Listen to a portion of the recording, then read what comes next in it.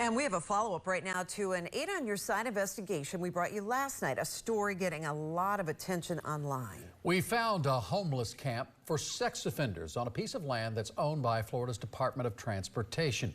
And many of them were being monitored electronically by the Department of Corrections. But here's the kicker. DOT claims they didn't know anything about it. 8 on Your Side's Walt Buteau continues his investigation. Walt, you're not letting this one go.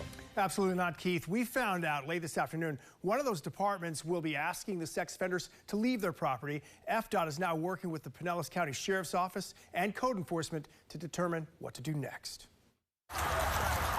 From inside the camp that we're told sprung up sometime last year, you'd never know who lives here.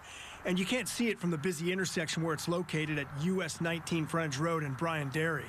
The land is owned by DOT, but spokesperson Kristen Carson tells me in an email, "We are not aware of this. We were not contacted as far as I know."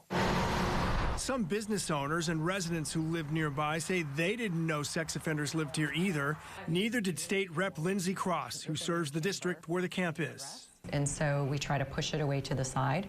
And it sounds like this is a place where that's happened, but it's putting the security of people in the nearby area at great risk. The offenders claim they were told to come here by DOC probation officers. So I drove around for a while trying to find this place, and eventually I did, Did the state owe the residents and business owners in that area at least a heads up that we are sending people to this corner? Absolutely.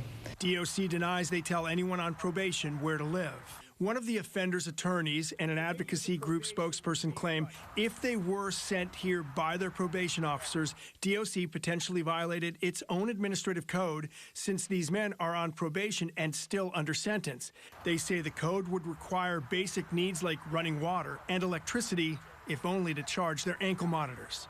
Several of the offenders here say they have money to pay rent but cannot find housing that will take them. Cross says one option could be using state resources for something better than living outdoors, with the people on probation paying at least some of the costs.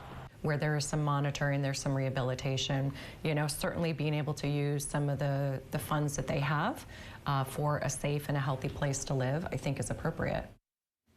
And while lawmakers tackle the long-term issue, here's what we know right now. FDOT is working with local law enforcement on removing the offenders. So far, DOC is not commenting about whether that agency contacted FDOT about the camp.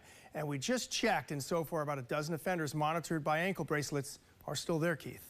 Mr. Wall, you said FDOT's going to move these offenders. When are they going to do it, and where are they going to go? Two great questions. No details on that yet from FDOT. As far as where they would go, their terms of their probation include staying in Pinellas County, but for this type of offender, finding housing would be difficult there or anywhere, Keith. It is a challenge. Thank you, Absolutely. Walt Buteau, reporting for us. If you have something you'd like Walt to investigate, you can call the 8 on Your Side helpline. The phone number is 1-800-338-0808.